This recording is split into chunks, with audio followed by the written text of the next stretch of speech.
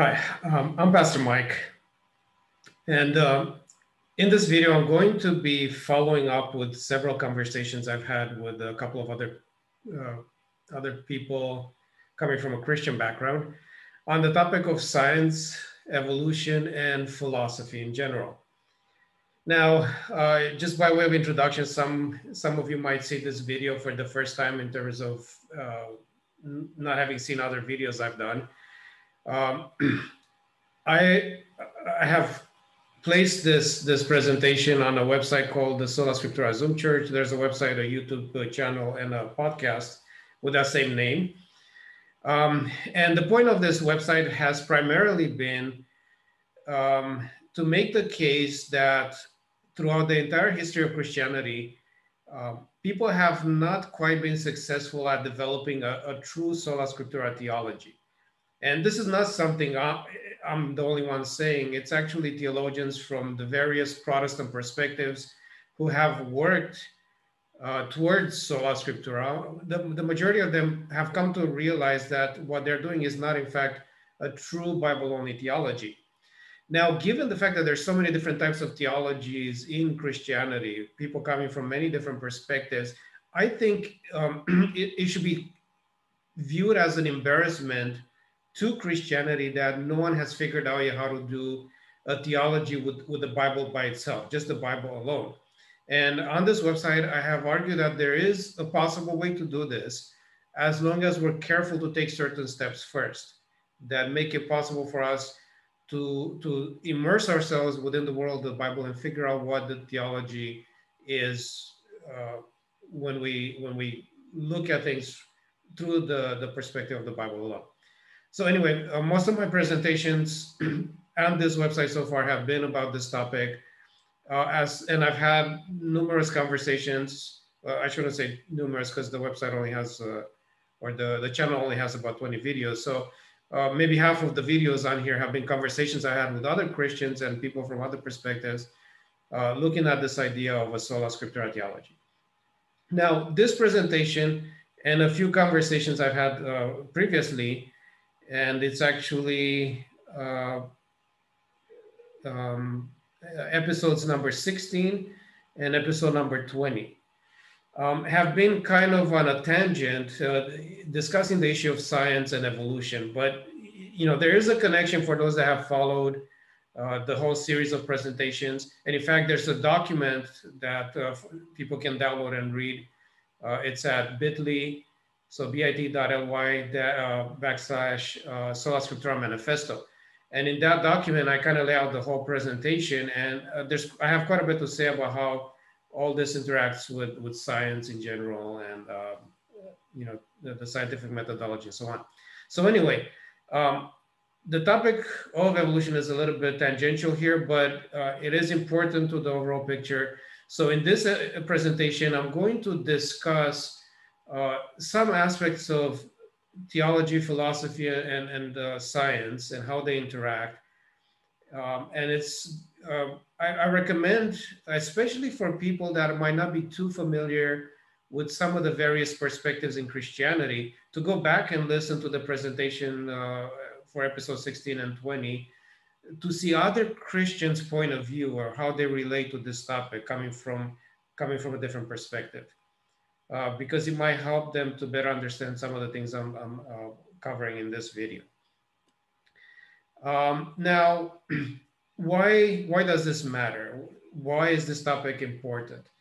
And I think for a lot of people, especially people with a science background, this pandemic that we're going through at the moment, you know, it's June 2021 as I'm recording this.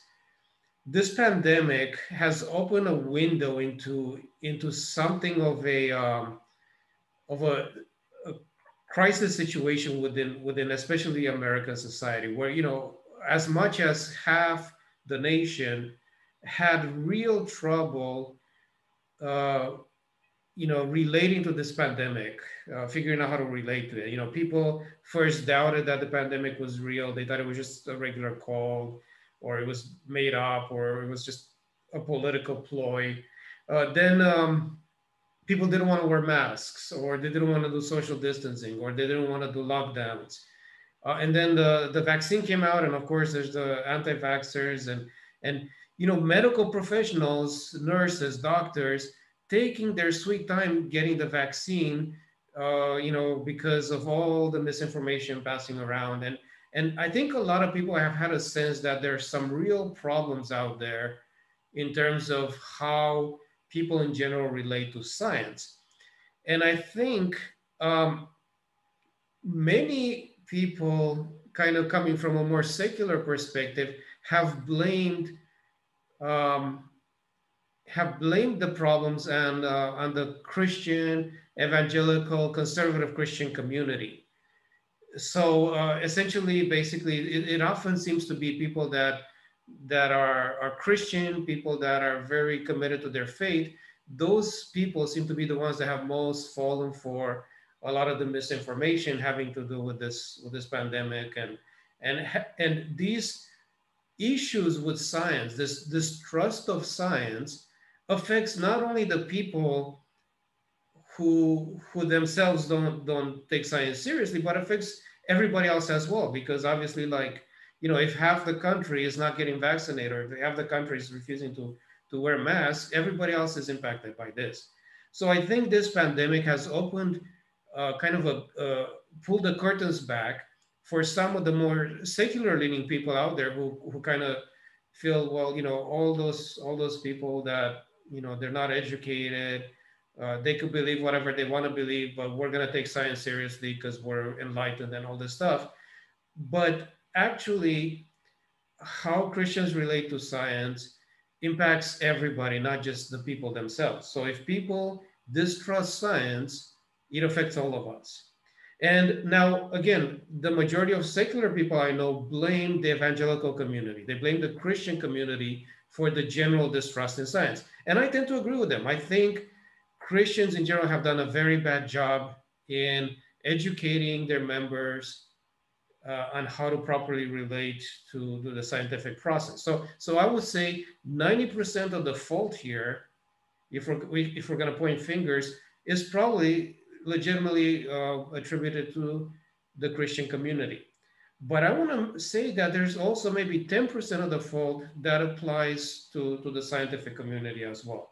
And what I'm going to do in this presentation is try to make the case that there are some problems on the other side of the equation as well. And if we corrected those problems, there's a chance that the Christian community, or people in general that are skeptical of science at the moment, theists in general, not just Christians, they might be more likely to trust science in the future if we make certain corrections in the way we think about all these topics. And what I'm going to try to argue is that a lot of times people coming at things from a scientific perspective have an unwarranted level of epistemic confidence. So what does that mean? It means that people are more confident in what they think they know than they actually have reason or warrant to be confident for. They trust their ability to know facts or the reality, the truth about reality, more than they actually should, based on the way human beings are able to access knowledge. So I'm going to be spending some time kind of discussing this idea of epistemology. How do we know things? What can we know? What can we be confident about the things we know, and all these different things, and how that impacts science in general, and philosophy, and so on. So in this presentation, I'm going to be talking about the theory of evolution, but that's only going to be a subset of the greater scientific paradigm as a whole, but not just evolution specifically. So yes, I will address evolution to some degree, but what I'm saying applies to all of science, and to a much broader degree than it does just to evolution. Okay, so what are some of the problems here? So now let's talk specifically about evolution. Over the past 20 years or so, I think I've spent several tens of thousands of hours talking to different people from all over the place regarding the topic of evolution. I mean, I've had endless conversations with thousands of people out there. And what I've come to see is that almost everybody falls within several categories. And what I have here are three main categories for the people that are actually knowledgeable on the topic. They understand science, they understand evolution, they've done their research, they know what they're talking about. With people that have are knowledgeable and understand these things can be broken down into three groups. One group is the anti-evolution theists, and these are people like creationists, intelligent design people, all these groups that deny evolution, but that take a scientific approach to the denial of evolution. Now, of course, some of you might say, no, those people are not educated, they're not really knowledgeable, they're not real scientists. But in fact, some of them are. In fact, there's thousands of them with advanced degrees in many different fields. I mean, I'm amazed sometimes at how wide this community of people is, who oppose evolution and do so at a fairly advanced level. So there's a lot of people in this group. So group number one is the anti-evolution theists. On the other side, there's another group of theists, whether they're Christian or some other religion, who are pro-evolution. And within the Christian context, an example of this is this group that seems to be fairly popular called Biologos, which is made of Christians who fully accept evolution. They call themselves evolutionary creationists. So they believe that God created through evolution, right? So there's an entire group of Christians out there that have no problem whatsoever with the theory of evolution. And that's a fairly large group as well. And the other group are the atheists. And within this group, I'm including, atheists, agnostics, people that are just, secular, that don't really think about the philosophy, theology, and so on. They don't really take those into account. I'm kind of putting everybody in that category. So who essentially fully embrace evolution and don't consider some of the issues that some of the religious people have, okay? So we have these three groups. And besides these three groups, we have a lot of people that are just uninformed. They don't know much about science. They don't know much about philosophy. They don't know much about any of these topics, but they're extremely opinionated. And this is a huge group of people that you find, all over the place. And sometimes it's not just theists or Christians, it's even atheists that just don't actually have the basis to know what they're talking about, but they're highly opinionated about the topic. But most of the time, this has to do with Christians. So somebody would say, evolution is of the devil, evolution is evil, all this stuff, because the Bible tells me so.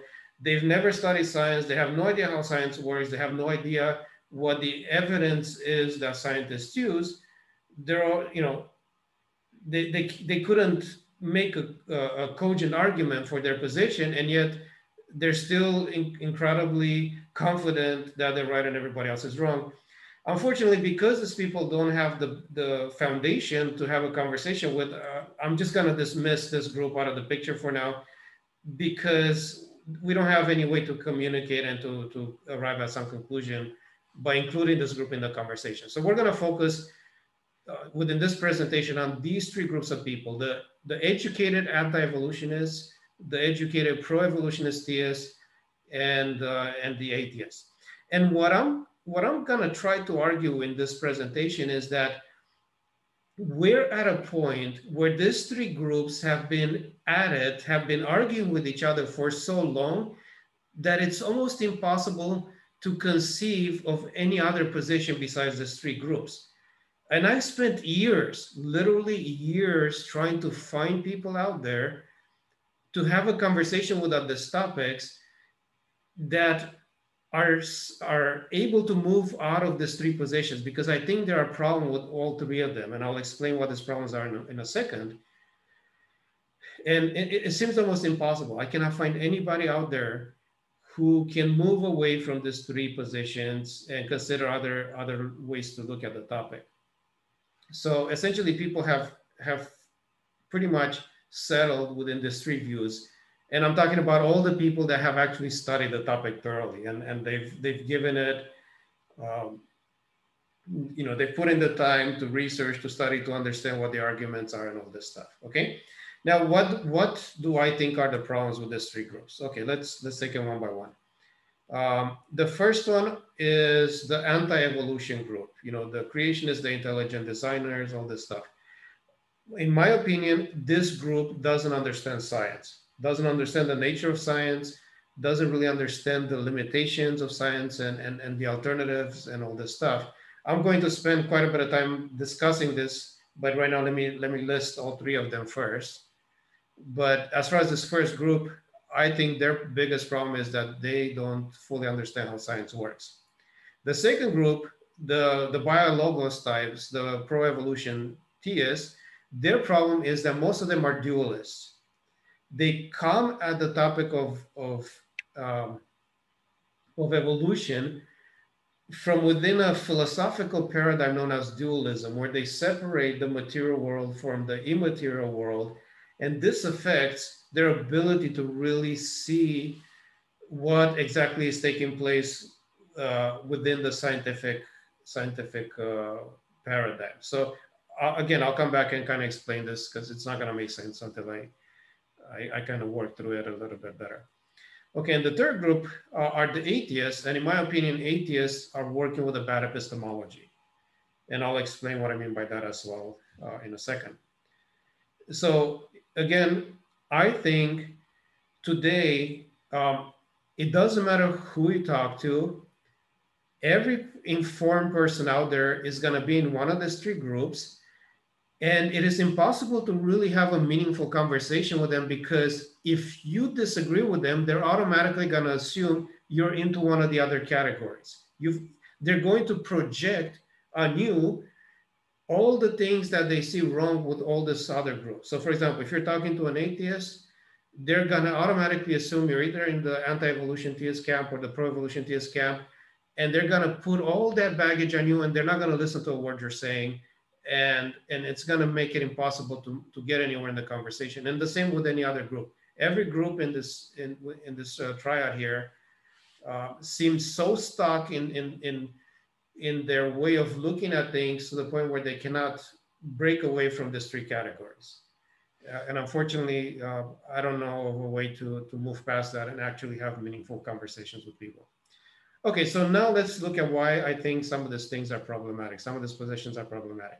And let's start with the anti-evolution theists. Again, I think this group has some serious misunderstandings about the nature of science. In their perspective, they believe that modern science can be defined as methodological naturalism, which I think is correct. But in their view, methodological naturalism is a bad thing. And they want to get rid of it. They want to find an alternative to methodological naturalism. Now, just really quick, as by way of background, if you take the time to really immerse yourself in the world of the anti-evolution scientists, anti-evolution philosophers, they produce a ton of material, a ton of content. They produce a lot of scientific work. But all this work they're doing is completely ignored by the wider scientific community. And essentially, they just do all this stuff within their own echo chambers. So they develop this network, this ecosystem of evolution deniers, of evolution opposers. And they keep, they go out there and they do research and they publish their findings and they do their stuff. But it all takes place within their own network. And it doesn't really affect the rest of the scientific world, because the scientific world has dismissed them as pseudoscientific, and they just live sort of in their own little world. And what they've found that they could do is just bypass the general public and go directly to the churches. So basically, if the scientific community doesn't want to hear what they have to say and what they found, they're just going to go and talk to the church members in the various churches that are friendly to their point of view, and present their stuff to them and sell their books to them and give them presentations and all this stuff and entertain them, as opposed to doing science the way science is usually done, which is to actually publish real research in peer-reviewed publications so that it could benefit the entire scientific community. Now, one of the things that's really disturbing about people like this is that they often lie about the state of evolutionary science within the wider scientific community. And you hear them tell church members that are relatively ignorant about the topic how scientists are coming to realize that evolution doesn't work, and they're coming to realize that evolution was a mistake and all this stuff. When in fact, if you talk to 90%, 99% of scientists out there, nobody is coming to any conclusion such as this, regardless of whether evolution actually is good or not. What I'm saying here is I'm not making a value judgment on the theory of evolution. I'm just saying that the majority of scientists have not lost faith in the theory of evolution, are not in any way starting to realize any flaws or anything. And yet time and again, I talk to people, I don't know where they're getting this information, but they keep saying, yeah, you know, even scientists are coming to realize evolution doesn't work. That's a lie. They're not. Somehow, this group of people keeps propagating this idea, that keeps pushing this lie out there. And I don't know what the point is, but it is there. It is out there. And I don't know who's doing it. I'm sure not everybody is saying this stuff, but I've heard it time and time again. Another thing people within this group do is that they bypass the scientific process and go straight to the courts. You know, they try to go in, you know, in conservative parts of the country, and they try to, you know, force their version of science on public schools, for example. So we have 2005, the famous Dover trial, where they tried to provide an alternative science book for people that, you know, had issues with the regular science book in the public school, so that, you know, kids coming from a Christian background can go and read an alternative version of the facts in the library and so on. And you know, there was a whole big trial, and they lost, and there's quite an interesting story with that. But this group, this network of people that are anti-evolution have taken all these other approaches to dealing with the subject than the traditional approach, which is to actually convince the scientific community that there's a different way of looking at things.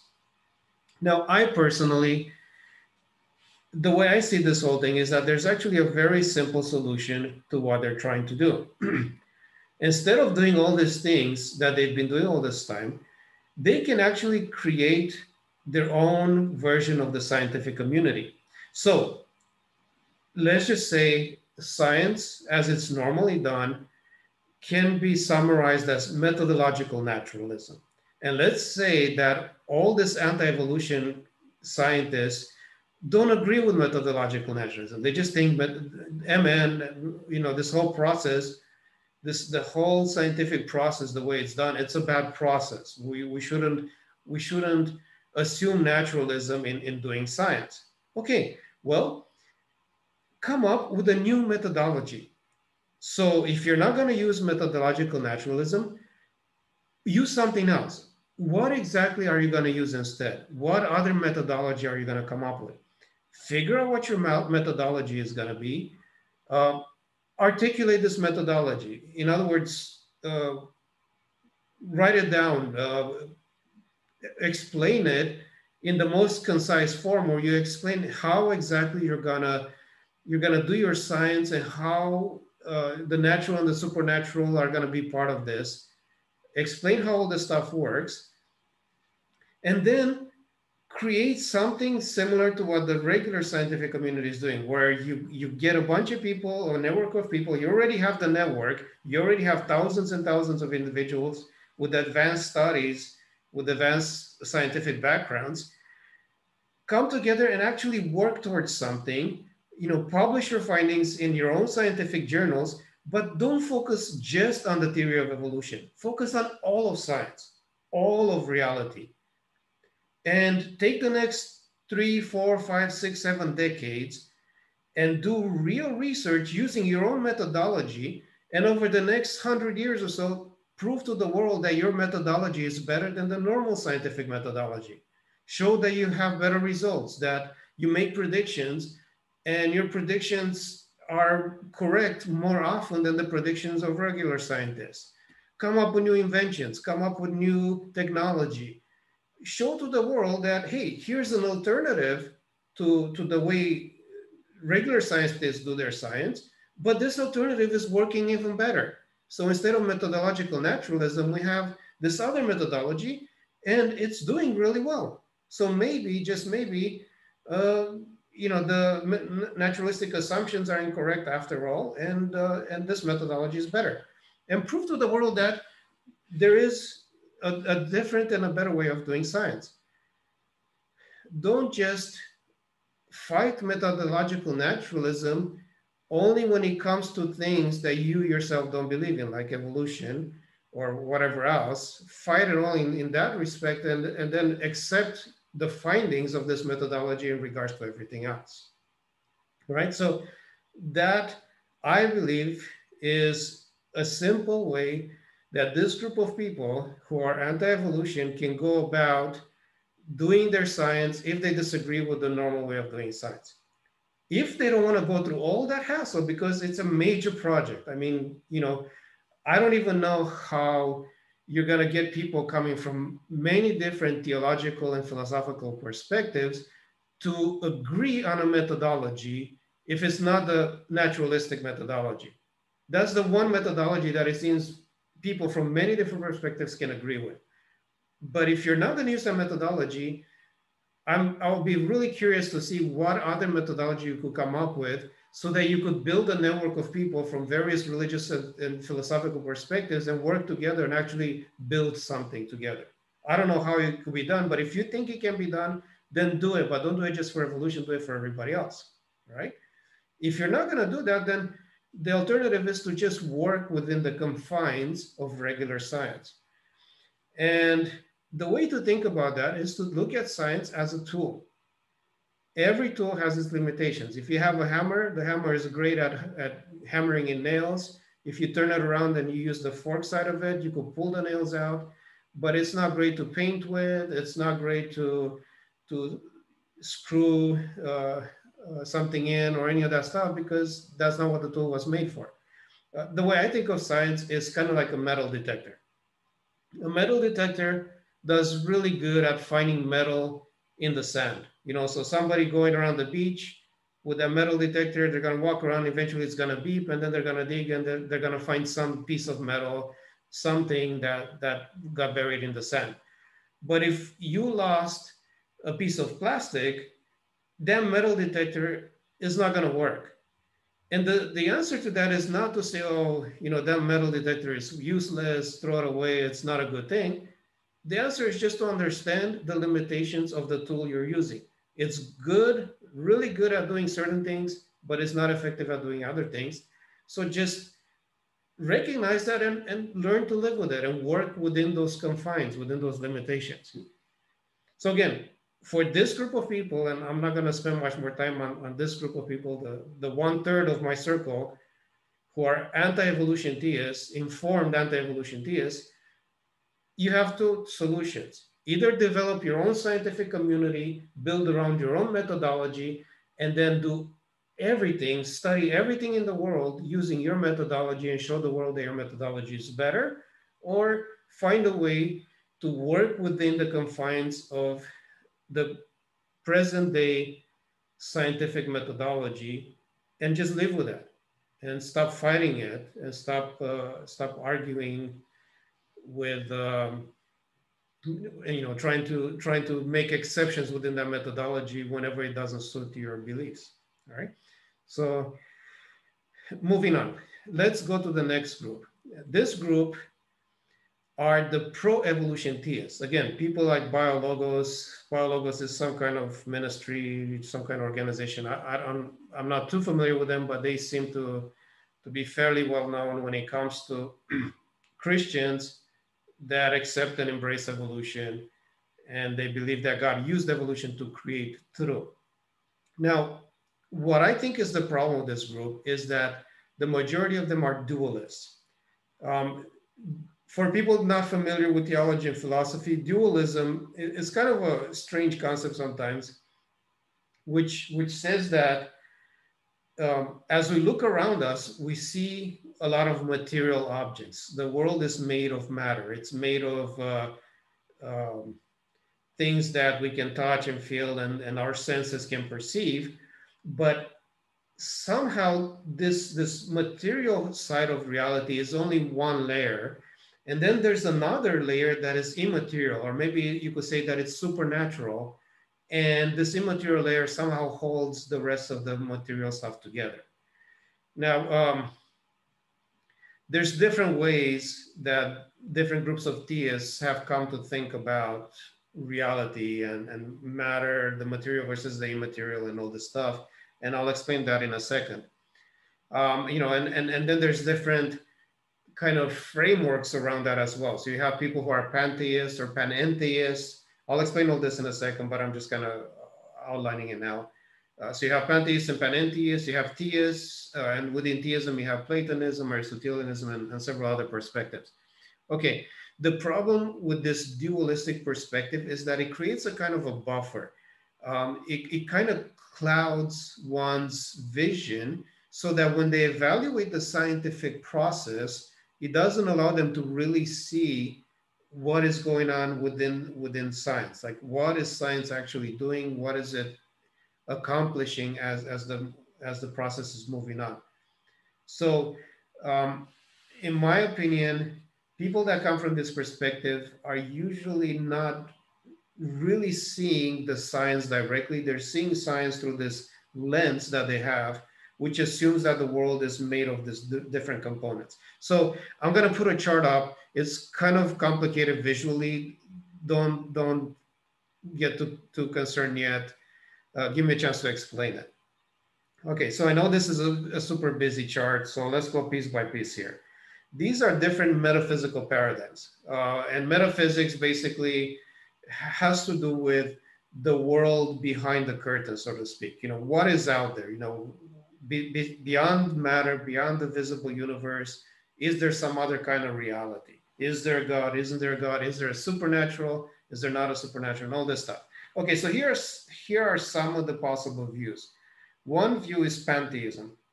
Now, pantheism is simply the view that the world as we understand it, the material world, the material universe, and God are one and the same. They're sort of overlap. They're overlap. They're the same entity. God is somehow part of our material reality. So that's pantheism. Panentheism is similar, but the world is not the entirety of God. It's only a part of God. So I have this circle here, which is a bigger circle representing God, and the world is a smaller circle that's within God. So the world itself is part of divinity. Okay? Those are two views that Christians have generally rejected in the past, even though in modern theology, these two views sort of have come back, and there's some modern theologians that have adopted some of these views that used to be more foreign to Christianity in the past. Okay, so now the traditional Christian view is the theism view, which says that God and the world are two separate things. God created the world, but created it as a separate entity from himself, right? So, just picture these two things, this big circle here for God, this smaller circle for the world. They're separate realities. They don't overlap like they do in pantheism or panentheism. Okay, and then we have naturalism, which has the world, but doesn't have God. So the world is all there is. There is no God in it. Now, of course, there's also some people that separate God from the supernatural. Like, for example, some sects of Buddhism don't believe in a God, but they do believe in some kind of supernatural as well. But I didn't put that in the graphic because it would complicate things even more than they already are. But just keep in mind that position is there as well. Okay, so now let's look at the theism perspective. Theism says that God and the world are separate, but there's different kinds of theism or different assumptions made by people who do accept this theistic paradigm. So some perspectives say that the world is not just one thing. It's not just a material thing, but it's actually composed of a material reality and an immaterial reality, or a natural reality and a supernatural reality. And there's different ways that happen. So Platonism, and this graphical representation probably isn't the best one, but Platonism has separates matter from, you know, the immaterial forms or the immaterial reality in some way. It's usually that the immaterial is the real reality, and the material, the stuff we can feel and touch and smell and see, it's only like a shadow representation of the real reality, which is the immaterial. Now, Aristotelianism kind of flips that around and says, no, the world is material, but then it has a supernatural essence. There's like a something within the material that kind of holds it together. So it's still dualistic. It's still two separate types of reality, or two different kinds of reality, but Aristotelianism kind of puts the supernatural as the thing that holds all the natural things in place. It keeps matter together. Okay, there's another view called idealism, which says, you know, the material reality doesn't exist. It's all supernatural, it's all immaterial, but it's just us that perceive it as material, but it's not actually there. So that's another perspective. And finally, there's a perspective that almost nobody holds, or it's not well known, and I called it here Cosmetic Monism, and it's still within the theist paradigm. So in this perspective, basically, the world is natural, it's material, and there's no supernatural component to it, like there is in Platonism or Aristotelianism, but there is a God as well. So God created the world as one entity. He created the cosmos as one thing, as opposed to it having multiple layers. Okay, so what I'm going to argue here is that all of these perspectives, pantheism, panentheism, any of this dualistic theist forms like Platonism, Aristotelianism, idealism, all of those things get in the way of our ability to really understand how science functions. And a lot of Christians come from this metaphysical perspectives, and it's almost like they have these glasses on that get foggy because of their dualistic lens, and it keeps them from really thinking through how science actually works. So I've crossed out pretty much every view here except this cosmic monism. I called it, this is a name I made up because I haven't found any actual official name for it, and the naturalist perspective, which is the way science works. So basically, here's the difference. Naturalism says there is no God and the world is just one thing. There's no supernatural to the world. It's just one material universe. And this non-dualistic cosmic theism, non-dualistic cosmos theism, says there is a God, but the world is exactly the same as the naturalists envision it. So the world is not dualistic, or instead of the world, maybe I should have said the universe or the cosmos, or however we want to label these. It's really hard to explain this stuff adequately, because as you move from science to philosophy to theology, the exact same words have different definitions, and it gets really confusing. But what I'm saying here is this, that if we look at how atheists, naturalistic atheists, think about reality, look at the reality the way they think about it. They envision the universe as being this completely material thing that has been developed through naturalistic processes from beginning to end, all this stuff. And there's no God in the picture, there's no supernatural. Now, the second position here says, no, there is a God in the picture. God did create the universe, but the universe itself is pretty much the way the naturalists see it. It doesn't have this extra layer of supernatural, the way Plato, Aristotle, and others believed it had it. It's just one entity. It's material. The world or the cosmos is a purely material entity. Now, what I'm trying to tell people here, and I'm speaking specifically to those Christians who come from any of those dualistic perspectives I mentioned. I'm not trying to convince them to change their religion or to change their philosophy or their metaphysics or anything. What I'm trying to tell them is that if they want to evaluate science properly, they need to think of the world the way scientists think of the world when they do their science. If they allow for this dualistic lens, it ends up creating this buffer that doesn't allow them to really see what is going on in the scientific process. All right, so here's a little bit of how this buffer actually works in a practical sense. If we go back, 500 years, 1,000 years in time, before modern science, um, the tendency of people to look at the world through a dualistic lens, it actually ended up sometimes preventing them from progressing scientifically, because if they were trying to figure out how something works, why is it that the planets are, moving this way and not that way? Why is it that they have this shape versus that shape? Why is it that objects fall to the ground? All these different things.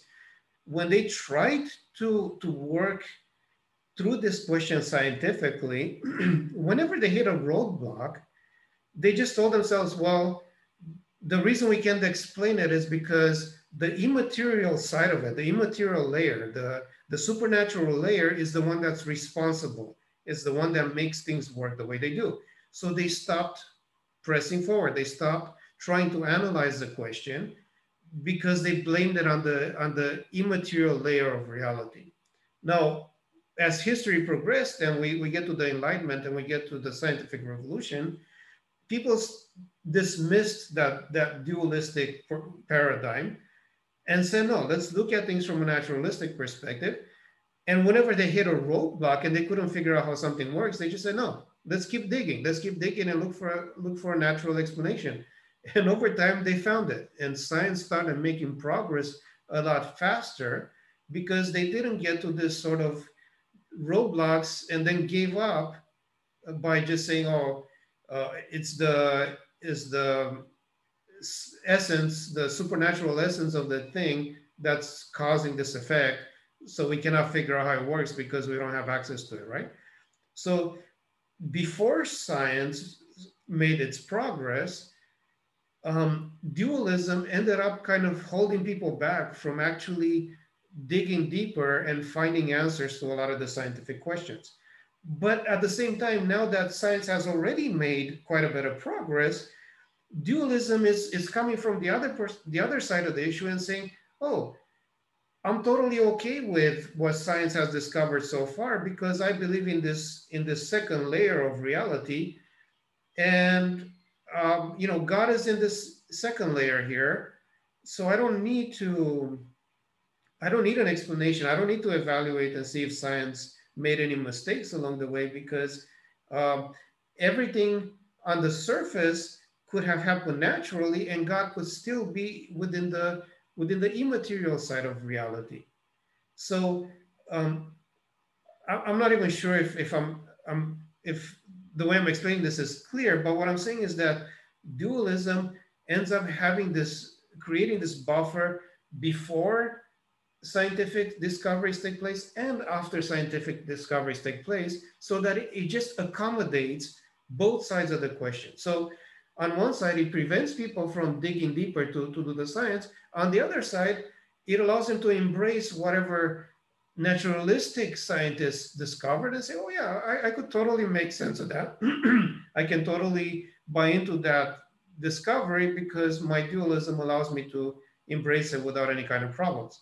So Christians coming from this dualistic perspective, people like those from Biologos and other organizations, they have no problem just wholesale embracing everything that scientists discover because they have this dualistic approach to things that just allows them to buy into whatever without really questioning it because they have this other layer to reality in their minds as they evaluate things.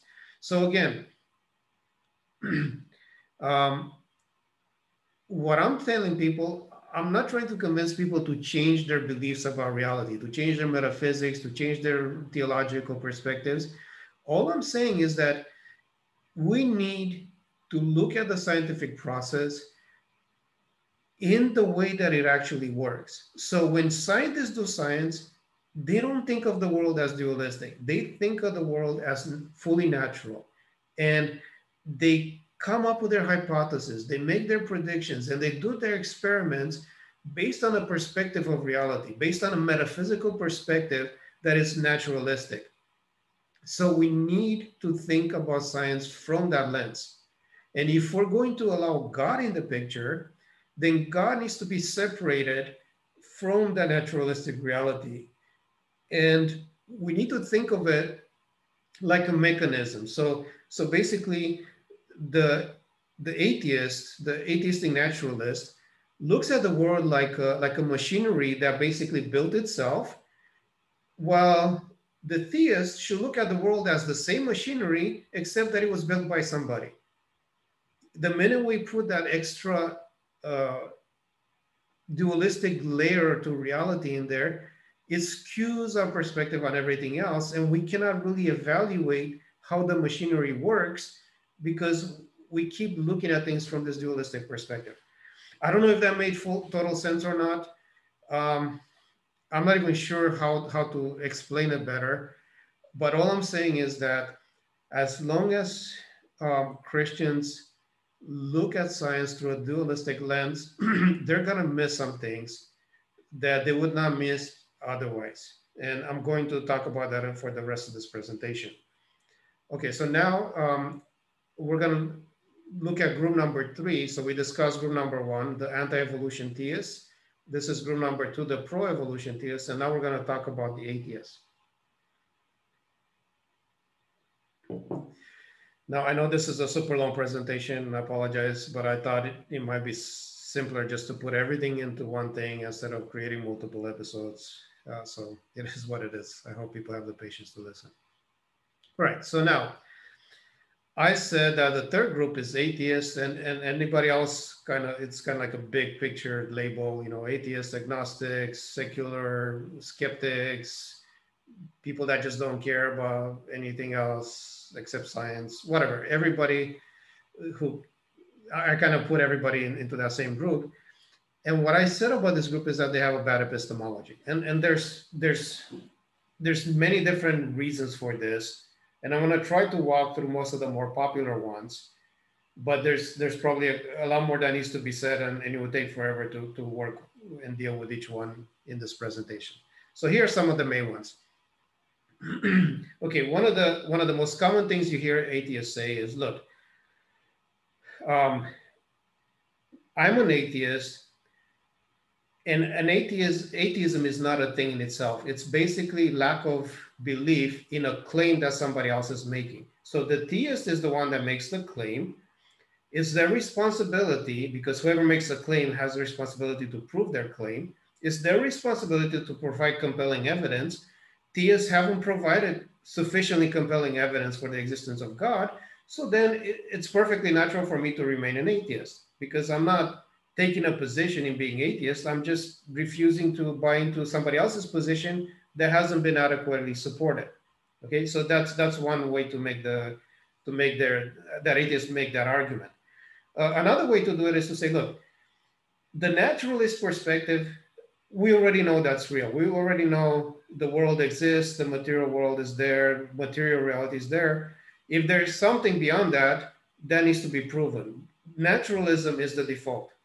And anything else, we need some reason to consider any other possibility. And until that reason is provided, it's perfectly reasonable for us to remain naturalists in our view of the world. Okay, so those are two ways that atheists approach this thing.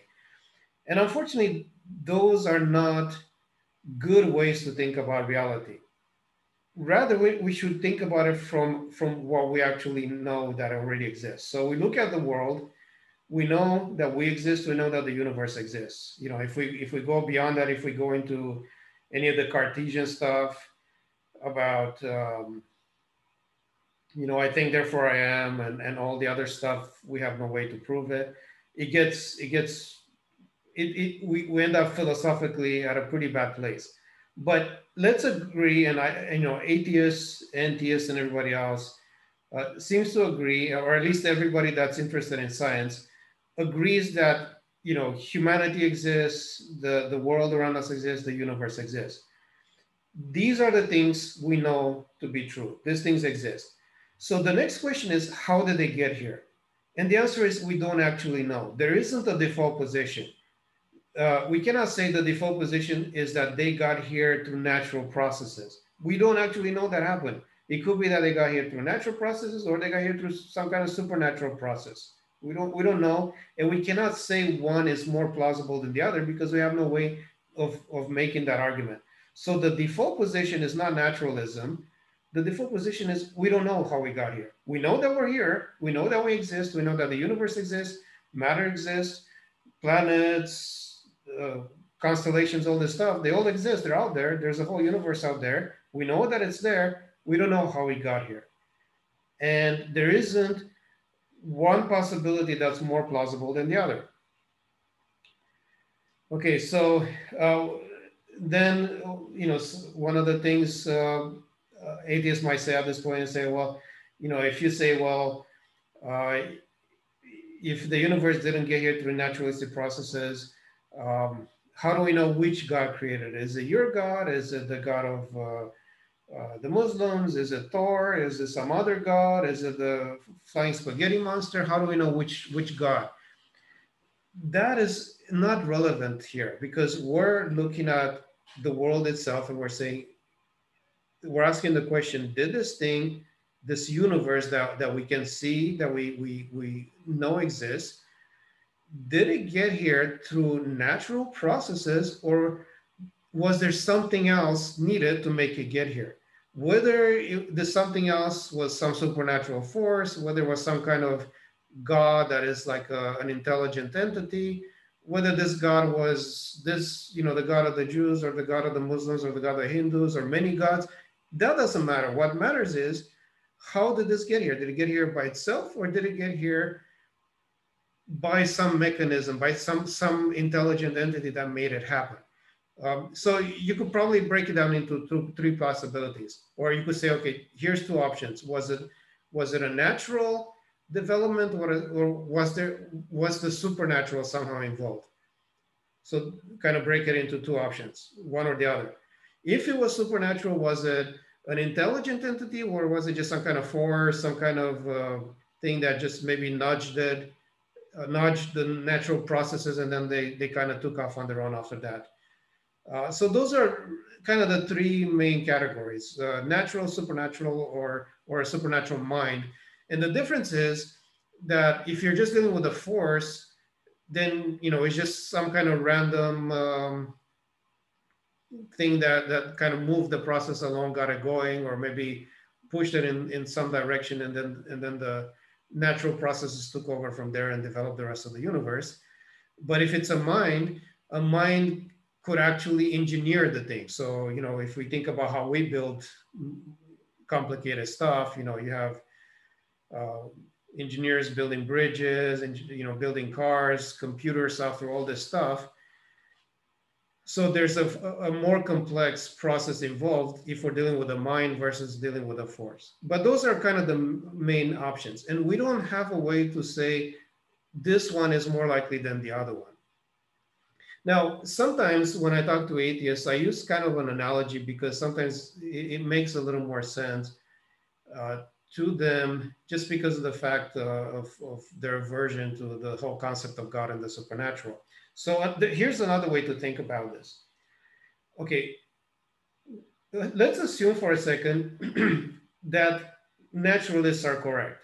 Atheists are correct, naturalists are correct. The world is entirely natural.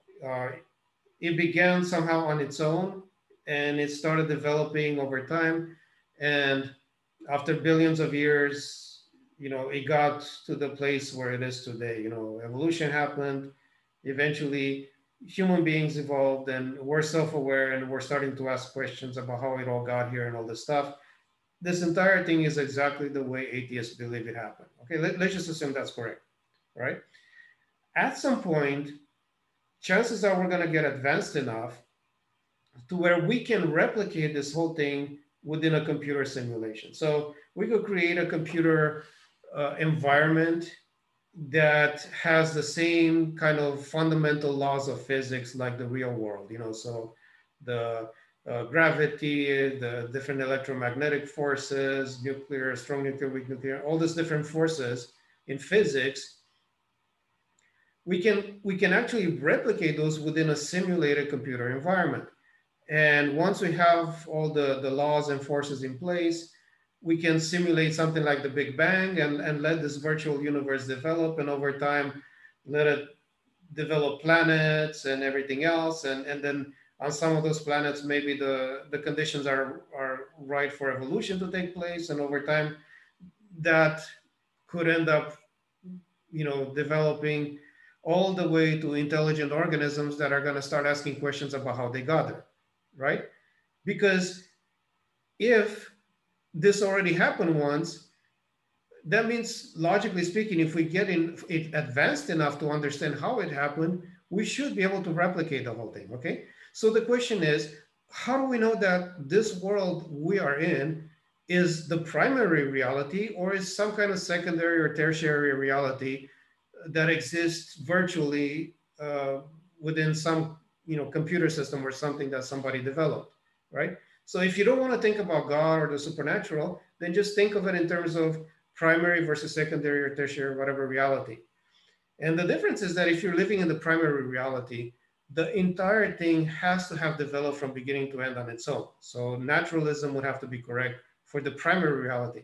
But a secondary reality and any subsequent realities after that, because you have the primary reality, and then you could replicate it into a computer system, and then if that reality gets advanced enough, they could replicate that in a computer system, and so on, and you could go on for infinity, really.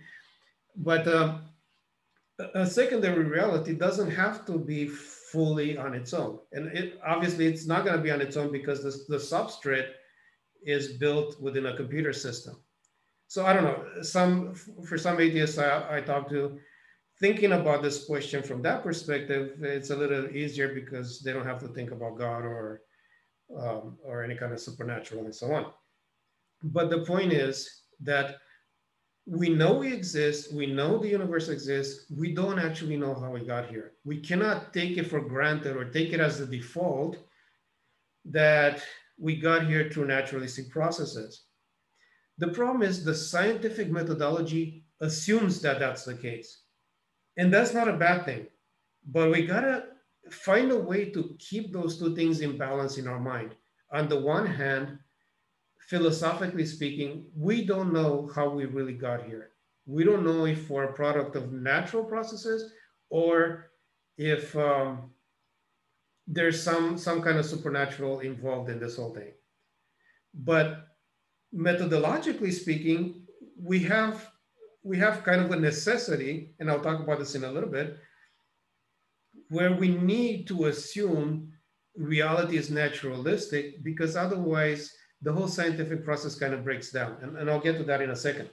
So we got to find a way to think about what we actually know about reality and what we have to assume for our methodology to work. And we can't get lost in that, because when we get lost in that, we end up assuming a level of confidence in our view of reality that's greater than what's warranted.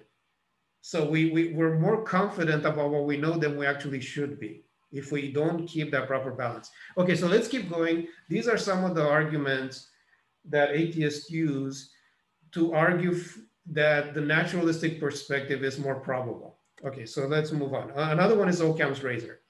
So basically, Occam's razor says, go with the simplest explanation. The problem with Occam's razor argument is that this is a great argument from a practical perspective, but it doesn't say anything about what reality is actually like. So for example, if we tested 100 different scientific experiments and we asked the scientists doing those, all the different experiments are done by different scientists, and we ask each scientist to use Occam's razor as they're working through the whatever problems they're trying to solve. Doing that is a good idea because it allows them to take the shortest route. So in other words, they come up with the simplest hypothesis, and if that one doesn't work, then they go to the next simplest one and they move on. And it makes sense to take this pathway, because if you start with a complicated one and that doesn't work, you're doing all this extra work for nothing. Start with the simplest and then move on from there. But just because you do that doesn't mean that the majority of the times using Occam's razor gives you the right conclusion. No, the conclusion or the solution might be something else. But practically speaking, it makes sense to take the route which tells you, okay, try the simplest solution first. So again, there's a difference between what makes sense practically and what actually is there in reality. So this is somewhat similar to the previous point. Okay, now other atheists will say, no, naturalism is not the default position. Naturalism is not something that is more probable a priori than some of the other options, but it's something that seems to be more likely based on where we are in our scientific progress. So in other words, maybe 200 years ago, the likelihood of naturalism being correct was just as great as the likelihood of supernaturalism being correct. But after all the scientific progress we've made over the past 200 years, and we kept finding natural explanations for all these different things that people used to assume had supernatural explanations, now it's safe to say, well, we're probably going to find natural explanations for everything else as well, all the way to the end, to the point where we don't need a supernatural at all. And I want to say, no, that's not a reasonable conclusion. So think of it this way. When we build stuff, we build things with different levels of subsequent interference on our part. So for example, let's say I build a bike. If I build a bike and I want to use the bike to get from home to work every day, then not only do I need the bike, but I need to actually pedal to get myself from where I am from my house to my work. So I have built a device that is capable of moving from point A to point B, but it needs constant input on my part. It doesn't just do it by itself. So I build a bike, I get on the bike, and I have to pedal. And after 20 minutes of riding, I eventually get to my destination. Okay, all right, but I don't have to. I'm not forced to only build a device like a bike. I could say, no, I don't want to put that much effort. I want to put the effort in the beginning to build the device, and I want the device to be able to take me there on its own after that. So what do? I build a motorbike, right? I put an engine on it, I put gas in it, and then I don't have to pedal. I get on the bike and I turn it on, and it takes me from my home to my work without me constantly putting more effort besides the creative effort to get me from where I started to where I'm going. Okay, but then I say, well, still, I don't want to even put the effort into building the bike that I'm putting. I don't want to put the effort into building the motor and all this other stuff. I want to build something that will build the bike for me, the motorcycle for me. Okay, so I create like a factory, or I create some kind of robot, and this robot, whenever I need a new device, it builds it for me, right? So in other words, the point here is that the creative process can be at any step along this pathway. So if we imagine a line here at the bottom where I have divine interference, you could replace divine with any other kind of creator entity, right? So you have this creator, and you look at the universe, and you could say, well, how would a creator create this universe? Well, the creator could be really hands-on because maybe the creator really likes to get involved and really participate within the universe that he created. So maybe he comes in and you know, makes the rain fall and makes the, you know, causes earthquakes and storms and winds and all this stuff whenever he feels like it because he wants to participate. Or he could make all that stuff happen automatically. And then you could say, well, what about how things developed through natural processes? You know, like for example, planets are the result of gravitational forces and centrifugal forces and all this stuff. Well, yeah, maybe the creator actually wanted to create things through that process. So we can't assume that if a creator exists, the creator would have to have created things very hands-on, kind of like this bike I described earlier, where he's constantly having to keep interfering and to keep being involved. And because we realize that reality isn't like that, that somehow that proves that there was no creation process. In fact, the naturalist assumes that there's zero outside interference. So automatically, what he's saying is that this entire thing could have developed from beginning to end on its own, which means that if there was outside interference, like if a creator or a God or maybe there's a primary reality and we're in the secondary reality, if this creator entity did only a tiny, tiny bit, the naturalist already has admitted that everything else could happen on its own. But if that tiny, tiny bit maybe just got the thing started, maybe just created the setting or the substrate or created the environment and everything else unfolded on its own, that's still a creative process that's different from naturalism, okay? So in other words, just because people used to assume certain things 100, 200, 1,000 years ago about reality being a combination of natural and supernatural forces, and now today science has found natural explanations for all those different things, it doesn't prove anything. It doesn't prove that the world is more likely to have been, to be a natural reality as opposed to a creator reality, because we don't know how the creator would have gone about the creative process.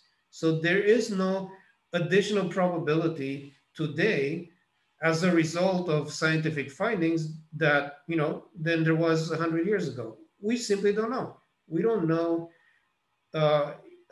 if there is a God involved. We don't know how involved this God was. But as long as the God or the creator or whatever you want to call it did something to get this process going, then it's not a naturalistic process, and it would not have happened on its own. So we got to take that into account. So anyway, the point of all this is that atheists today, secular people in general, people that do their science without thinking about all these other elements, they're making assumptions about reality, and they're making assumptions about epistemology that are bad. In other words, they have no basis to decide that one perspective is more probable than the other. There's no basis to say that naturalism, which means that the entire thing from beginning to end happened through completely materialistic, naturalistic processes, that is more plausible than the idea that it could have been created or that there was some kind of supernatural element involved in this thing. There's no way to know that. We know that we exist. We know that there is a reality out there, that there's a universe out there. We know that these things got here somehow, but we don't actually know if they got here on their own or if they got here with somebody's help. So philosophically speaking, we have to start from this position of neutrality where we don't actually know which option is more plausible, because there's no way to prove it. There's no way to argue that one is more likely than the other. We just have no way of knowing. Okay, so given that we don't know which one is more likely, we have to figure out what to do with the fact that science works with the assumption that the naturalistic paradigm is the correct one. All right, so let's keep going through this. Now, for most atheists today, the idea is that the way they look at it is to say that naturalism is provisional. So basically, they think to themselves kind of like this.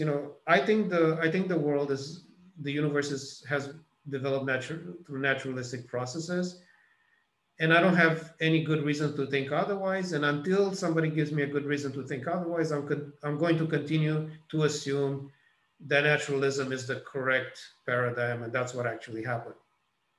And this is why methodological naturalism, which is science, it's how science functions. This is why it works. Science works because reality is in fact naturalistic, or it's very likely naturalistic. Of course, again, there's no way to know that. We can't assume that. There's no basis for that assumption. The probabilities are equal that naturalism is correct, supernaturalism is correct, theism is correct, any of those. We have no way of knowing which probability is correct. All right. So what I'm going to say then is, if we allow for the fact that there's multiple options here and that the probabilities are fairly equal, like we don't have a way to know which is correct, that if in fact naturalism is not correct, the scientific methodology will have a bias towards naturalism. It will produce false negatives or false positives, because science works under a set of naturalistic assumptions, and those assumptions will cause it to have kind of a skewed direction when it comes to choosing between these two options. So, if we give equal probability to both options, naturalism versus supernaturalism, science will tend to go towards naturalism, even if the other one is correct. All right.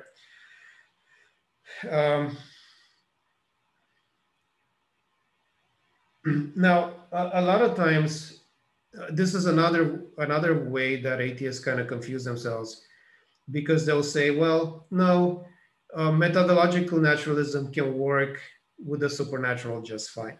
So for example, they'll say, hey, let's imagine God exists, and let's imagine intercessory prayer works, right? We can create scientific experiments and demonstrate that intercessory prayer works. So the scientific methodology can do just fine when it comes to the supernatural. So this whole notion that science is anti-supernatural, or science cannot detect the supernatural, it's hogwash, because no, if the supernatural really was there, science would be able to see it. Science would be able to detect it. All you have to do is create a double-blind, randomized study with a large sample size, with a bunch of people doing intercessory prayer, or doing the rosaries, or doing their whatever it is they're doing, their rituals. And if those things really worked, then science should be able to figure it out that it works, and there shouldn't be any problem. But this whole argument assumes that you're dealing with an interventionist God, with a God that steps into modern reality. And it assumes that these interventions can be placed under experimental conditions that we're going to discuss in a second.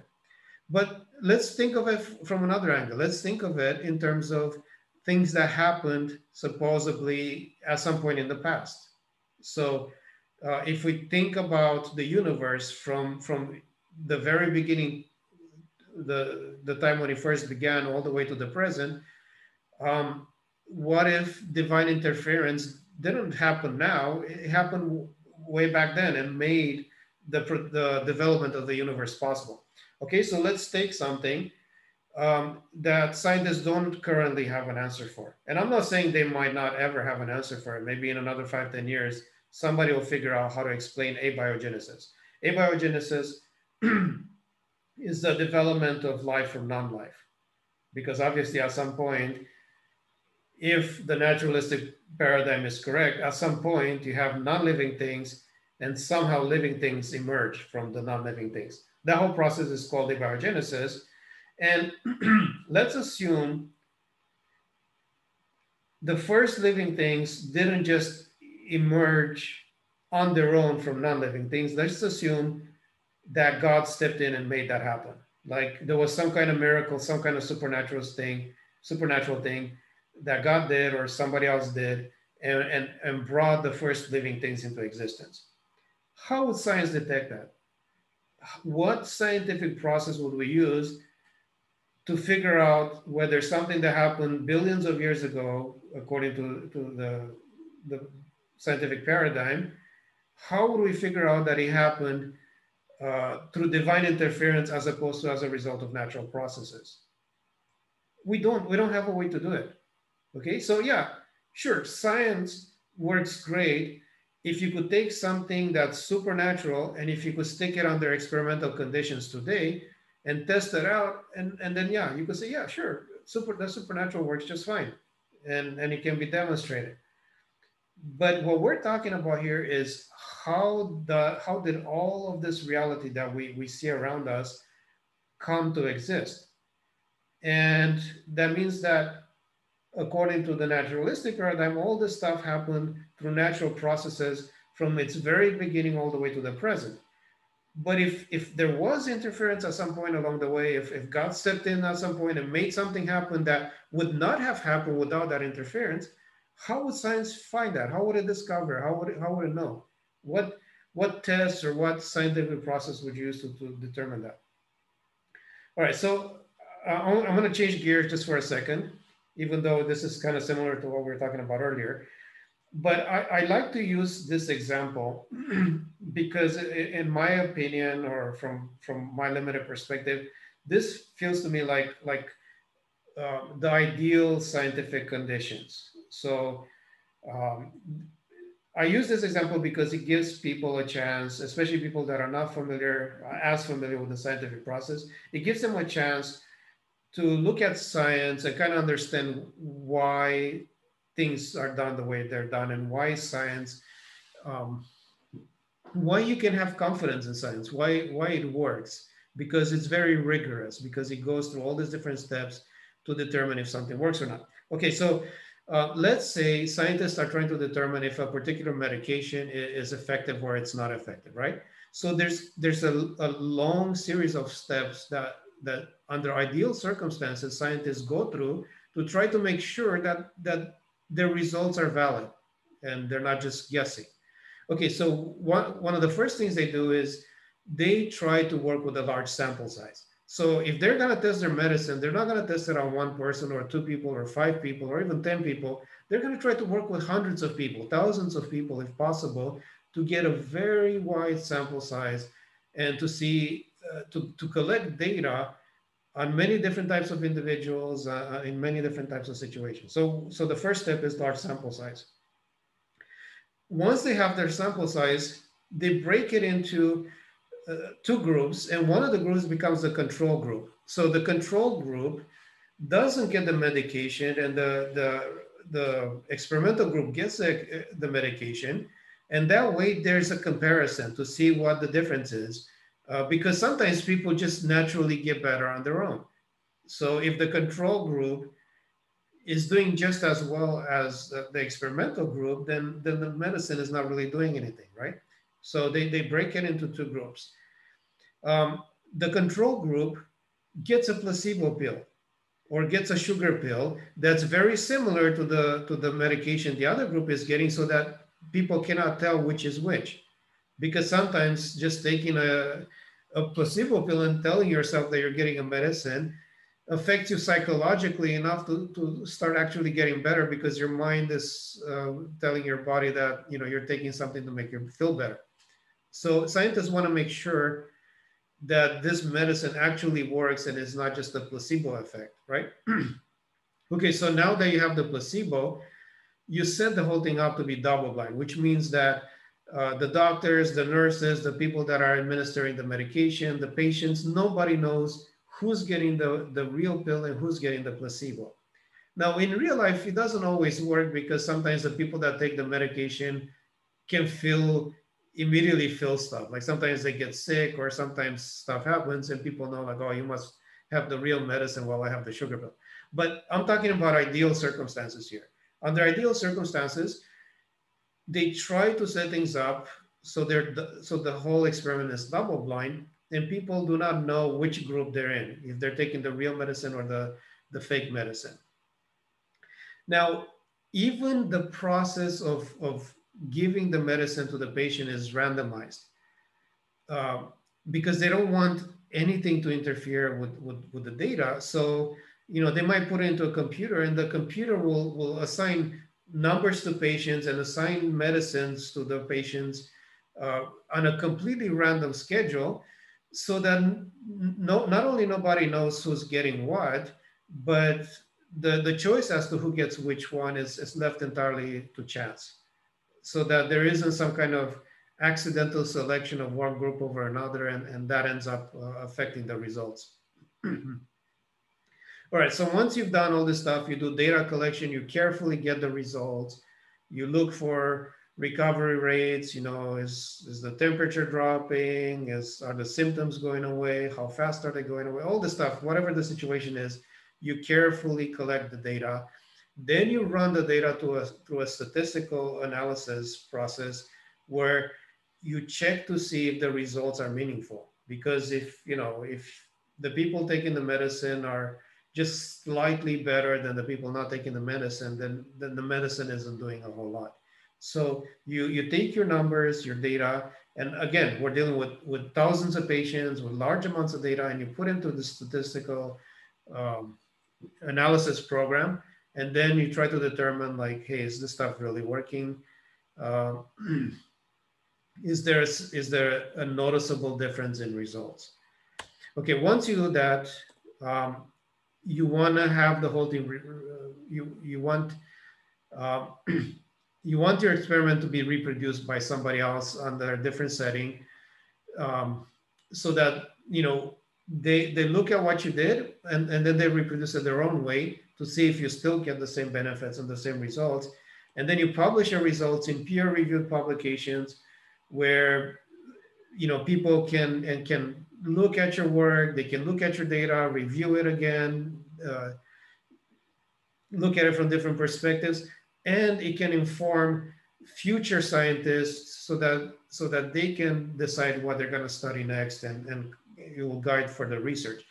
So anyway, the point of this whole thing is that scientists go through this very rigorous process to get the results under ideal conditions. Unfortunately, a lot of times in real life, not all this stuff is possible. So sometimes we're dealing with things that, we're studying things that are really small, or they're really far away, or they happen long in the past, or they're things that happen randomly, or happen, they're not reproducible for whatever reason. They, events happen here and there, and we never know when they're going to happen, so we cannot set up our experimental conditions just right and all this stuff. So real life is a lot messier than these ideal conditions, but science tries to come as close to this as possible so that it could get the best possible results.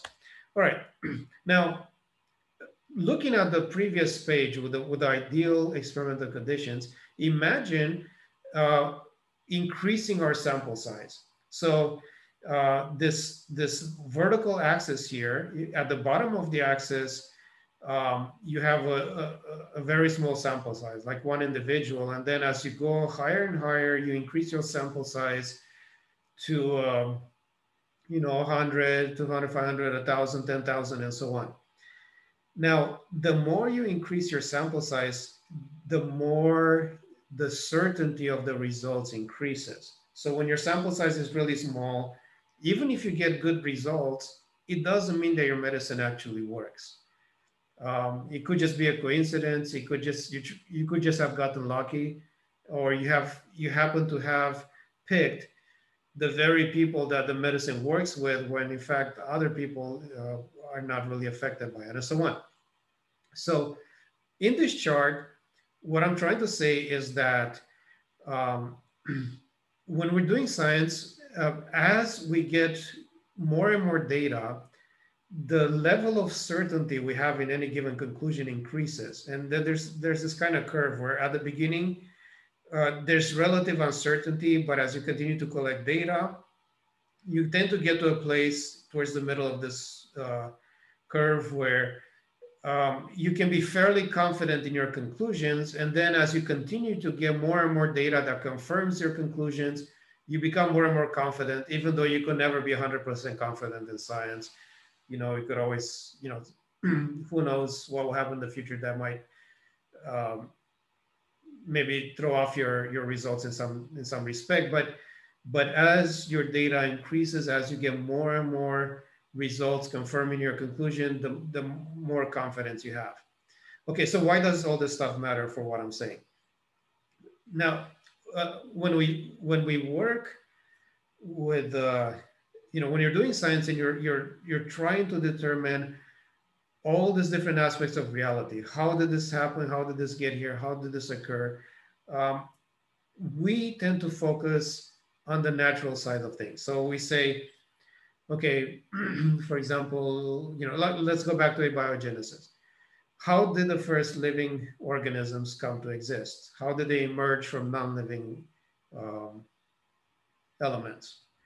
So do people come up with a supernatural? Do scientists come up with a supernatural hypothesis? No, they don't say, well, I think God is the one that made the first living cells.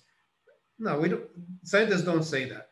They start with the natural hypothesis. They say, okay, maybe the way it happened is this particular compounds formed because of certain situations, and then you know, maybe they came together under this condition and so on. So they come up with a natural hypothesis. They make predictions based on that hypothesis. And then they set up their experiments and they try to see if the experiments confirm those predictions. If the predictions are confirmed, they say, okay, so let's go back and do more research and collect more data. And as they go through this cycle, their confidence level increases more and more. If their predictions are not confirmed, then they say, okay, maybe the hypothesis was bad, maybe the predictions were off. Let's go back to the beginning and tweak our hypothesis. Let's come up with some other way to think about this, or maybe some other solution to the problem. Now, theoretically speaking, if somebody followed this process over and over again for any given question, and let's say they found a way to go through every possible naturalistic hypothesis and none of them worked, then the only logical conclusion would be to say, okay, so maybe this thing happens supernaturally. So in other words, given the current scientific methodology, the only way we would ever arrive at a supernatural conclusion is if we somehow eliminated all the naturalistic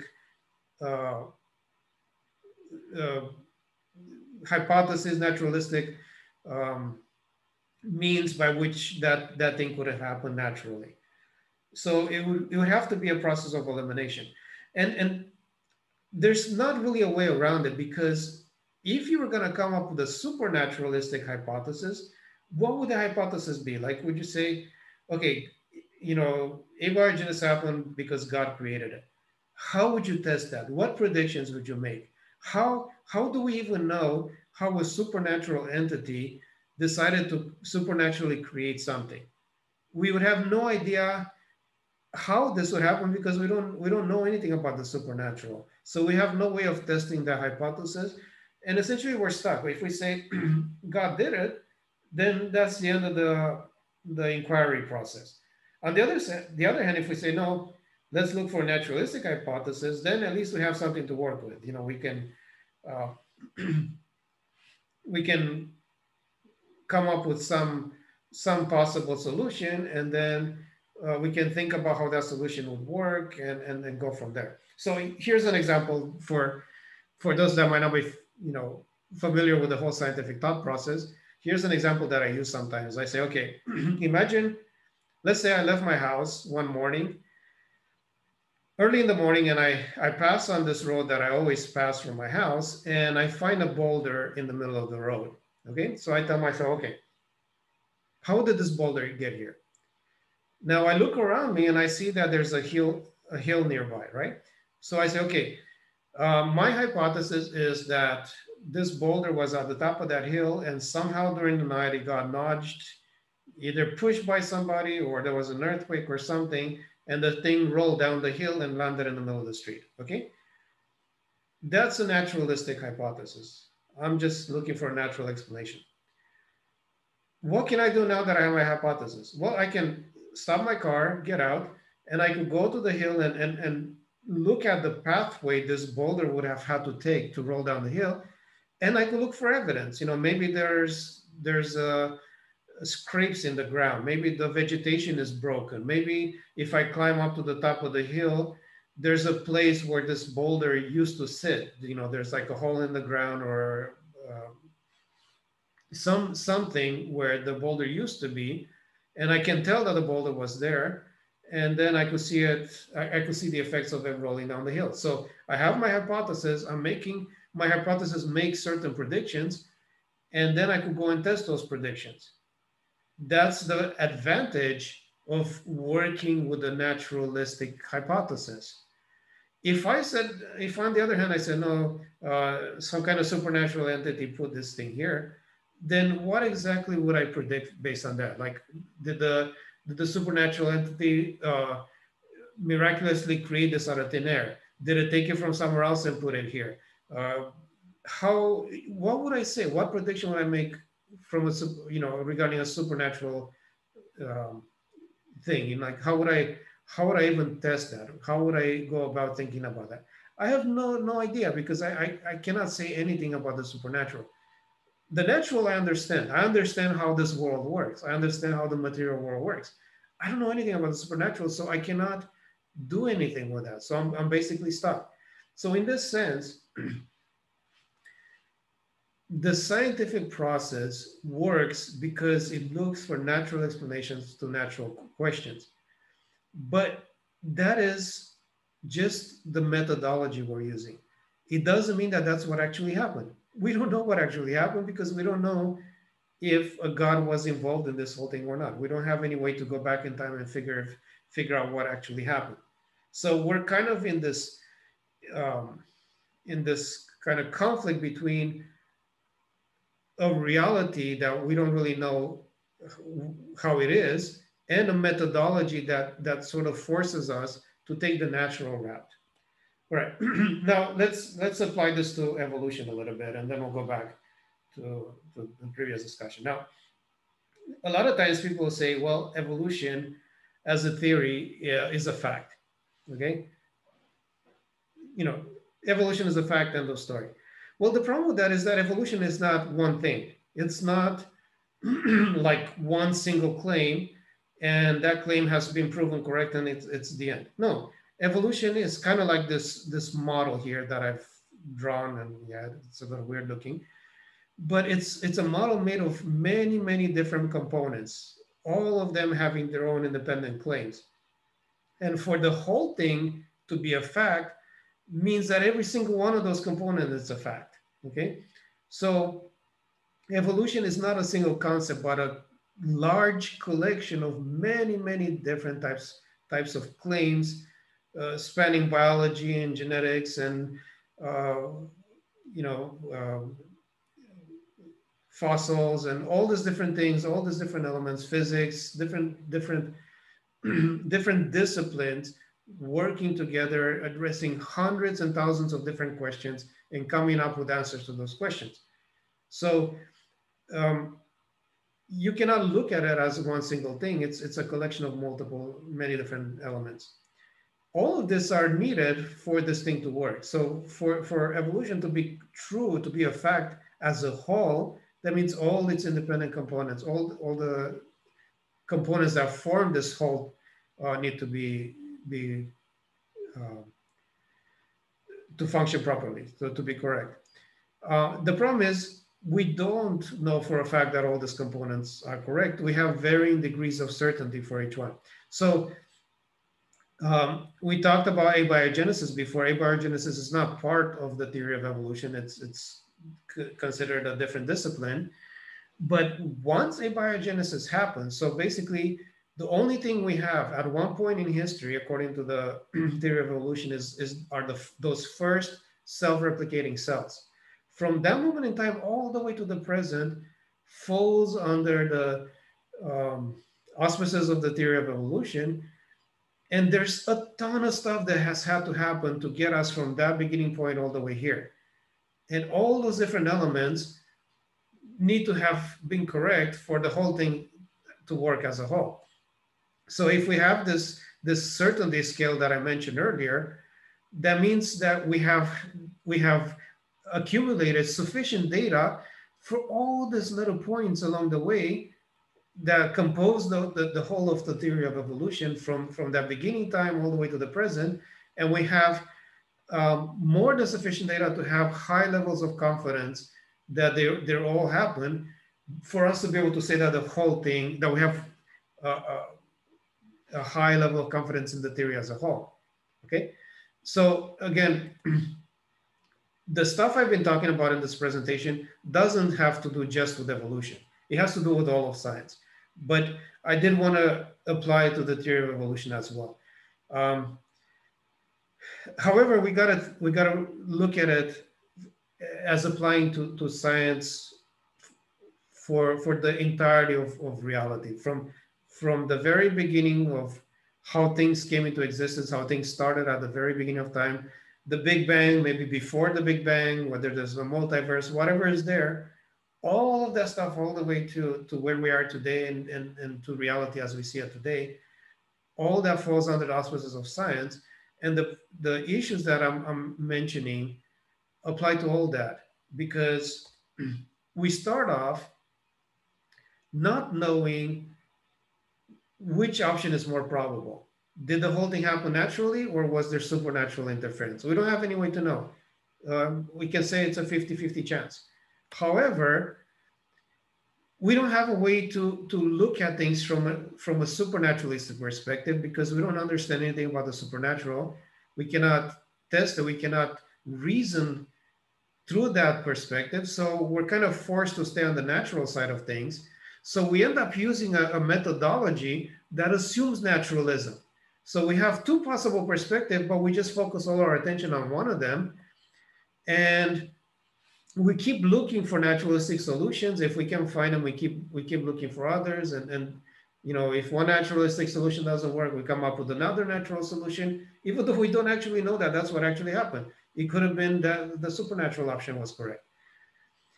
And then if we do find a solution that seems to work, it actually, a lot of times it takes a really long time to get to a level where we have high confidence that that solution is correct. Sometimes it could take centuries, where we might have a hypothesis, we might have a theory, but the level of confidence we have in that theory takes time to develop, because we need to accumulate data, and it's not always possible to do that quickly. Okay, so sometimes, even when we look at something and we're not able to find a naturalistic solution, we still assume that we'll come up with one later. So maybe in 100 years, in 200 years, when science advances, then we will discover a supernatural, I mean, a naturalistic solution. So because of that, even in situations where we try all the natural options that we cannot find anything that works, we still don't skip over and say, okay, so this must be a supernatural thing. No, we say no. Maybe in 100 years, we will find a naturalistic answer, and then we'll solve it that way. We'll solve it then. So the scientific reasoning process is always skewed towards the natural, even though we don't actually know that's the correct perspective. We don't have any way to know that ahead of time. So essentially, this is what I mean when I say that there is a naturalistic bias in science, to where if we gave equal probability to the two options, natural versus supernatural, the scientific methodology will constantly pull towards the natural side. And because there's this sort of range, this curve that I had earlier, where it takes time for us to really figure out if a solution we have, a naturalistic solution, is valid or not, we're always sort of leaning on the natural side of things, even though maybe in some situations, some aspects of reality did have some kind of supernatural interference. Our scientific processes kind of cause us to be blinded to that possibility, um, just because we're always looking for the natural explanation. So it's kind of like if a crime was committed and there's two possible suspects, but the detective focuses all their attention on one suspect and doesn't pay any attention to the other. And all the time that they're looking for evidence, they're always focusing on the one suspect. That's kind of how we are with science, but in a sense, there's not much we can do about it because the supernatural option, we don't have a way to test it. So we're kind of forced to go the natural route. So anyway, the point is that there's this sort of tension within the realm of the philosophy of science. And I have not heard anyone provide a good solution to this tension. And the tendency for most people is to just ignore it, to just say, no, science is fine the way it is, regardless of whether people take the atheistic route and they say, well, I have no reason to think a God exists, so I'm just going to assume naturalism is correct and science is great. Or you have theists who are dualists who say, well, in my philosophy, I don't have a problem with all of reality being naturalistic because there's this supernatural layer underneath, and that still allows me to believe in God and all this stuff. So I don't have a problem with it. And whichever perspective people are coming from, they don't seem to ever address this tension that exists between what we actually can know about reality and the fact that the methodology of science pulls us towards one possibility and tends to ignore the other possibility. Okay, so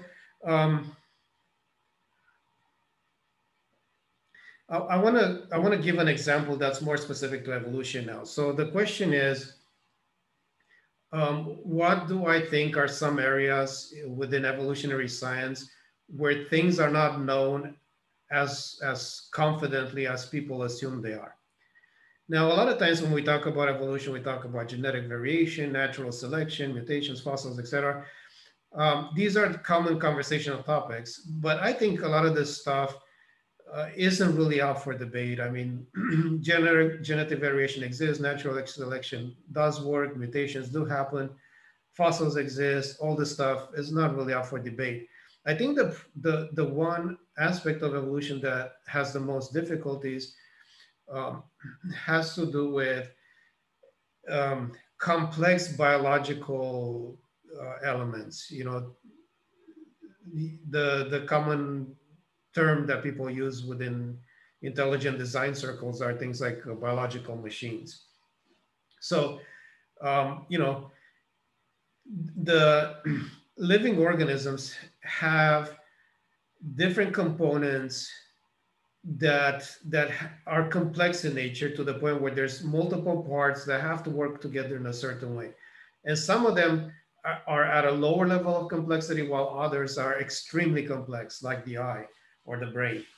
Now, I know the eye is something that is always thrown out there, but for good reason. I mean, like, okay, so I'll come back to this in a second. This topic, this point was raised by Michael Behe about 2-3 decades ago when he published Darwin's Black Box, and he came up with this term called irreducible complexity. So his idea was, you know, you have kind of like a mousetrap where if you take a part out, it stops working as a mousetrap. It stops catching mice.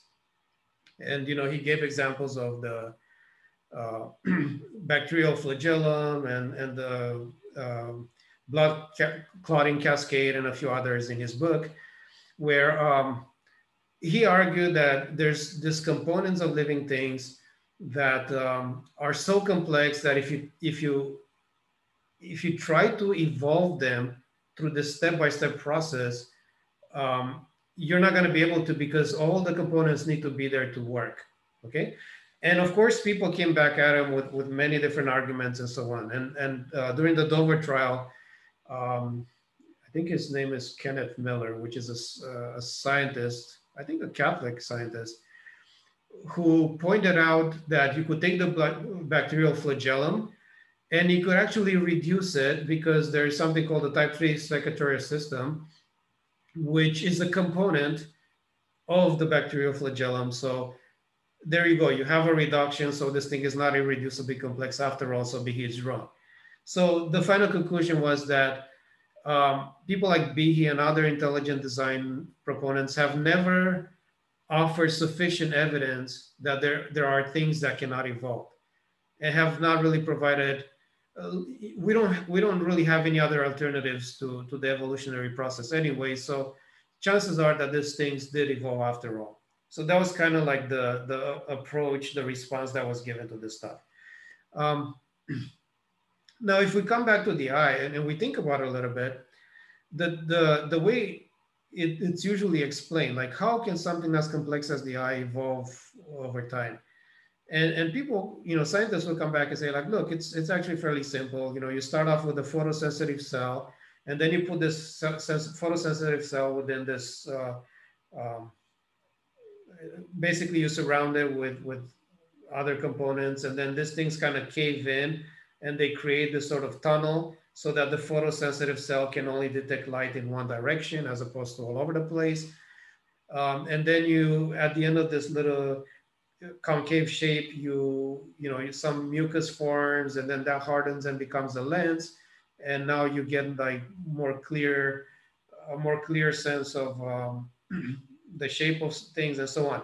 So basically, there's different steps you can have that kind of give you a mental picture of how something really complex like the eye can evolve.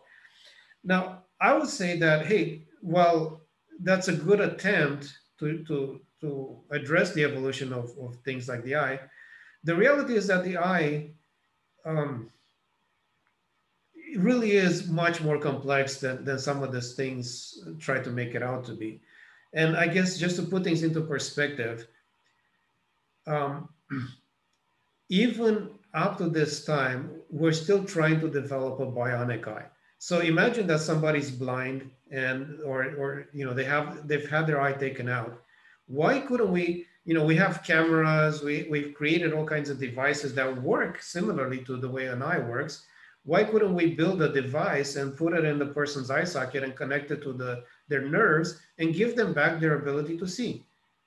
Why couldn't we build that ourselves for somebody that has lost an eye? Well, when I first started talking about this about 10 years ago, they had not yet developed a bionic eye. I think the last time I checked about a year ago, they were actually fairly close to building one. But you got to put that into perspective that, we're in the 21st century, the year is 2021. It took us still this late in our technological advancements to come up with a bionic eye. I mean, we've built spacecrafts that the solar probe that travels to space at 250,000 miles an hour. We have iPhones that have an entire computer in the palm of your hand. And we built those before we were able to build a bionic eye, just to give us a sense of how complex this stuff really is. Now, if we're gonna talk about the evolution of the eye, we gotta recognize the fact that this stuff is really complicated. For those that wanna get deeper into this, I made a video some years ago, kind of discussing the whole issue of irreducible complexity. I'm gonna put the video as the next episode after this one. So if this is episode 21, it's gonna be episode 22. It's a really old video, it's poorly done, but it is what it is. It just goes into the stuff in more detail. I don't wanna spend that much time with it now. Okay, but why does this matter? Well, when you're dealing with mutations, so you have, let's say you have an organism's, looking at the evolutionary paradigm going way back in history, you have an organism that doesn't have anything to do with the eye. And then millions of years later, you have the descendants of that organism that have a fully functional eye at the level of complexity of the human eye. And then you start thinking about the pathway. How did we get from here to here? Well, has to be different kinds of mutations that take place that provide the genetic blueprint for this eye to develop over time. And genetic mutations are of three types. Some are advantageous, some are neutral, and some are detrimental. This is just common genetic knowledge. But the problem when you're dealing with things that are complex, like this biological machines, something like the eye, it's hard to see how exactly this pathway will take place as things continue to progress. Natural selection works when a mutation is advantageous. So if you have a certain very simple eye and something happens and it makes it slightly better, then chances are that natural selection will select for it and pass it on. But when you're dealing with complex things like that are similar to man-made machines, like this biological elements that are just a very complex collection of different parts that work together a certain way, it's hard to believe that every single step going, okay, let me use an illustration. Let's say you want to develop an iPhone starting with a rotary phone from about 30 or 40 years ago, when we have those little, those weird telephones where you put in your numbers by circling that wheel.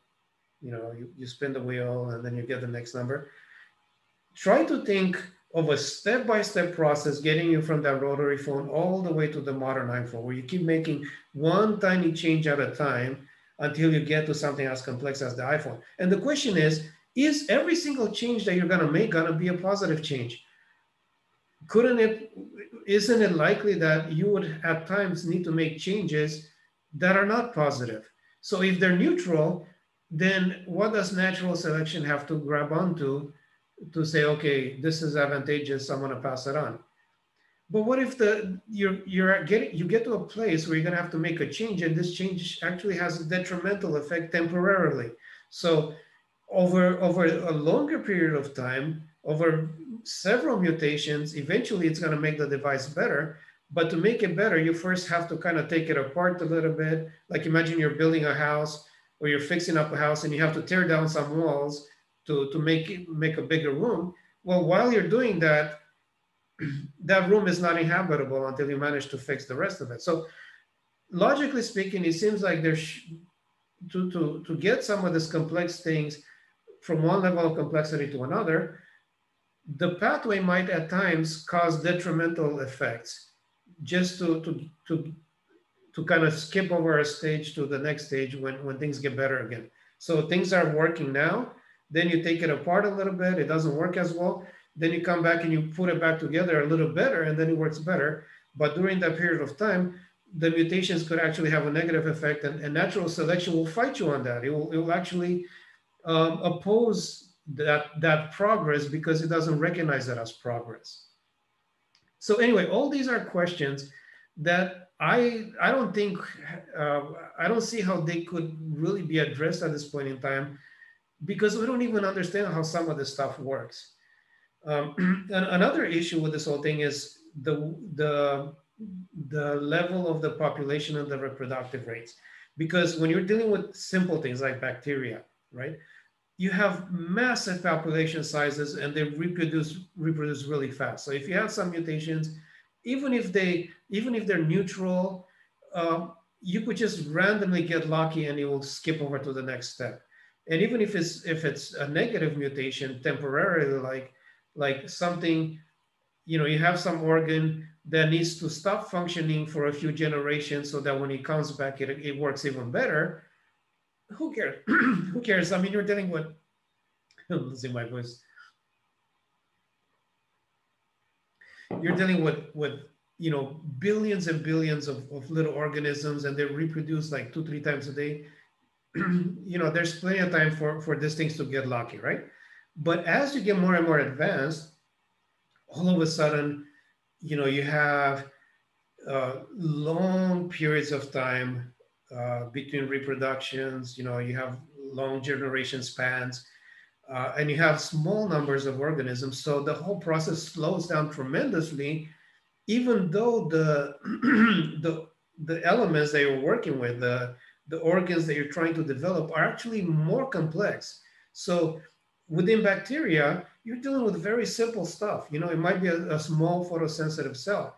By the time you're dealing with mammals, these are highly complex organs or highly complex components.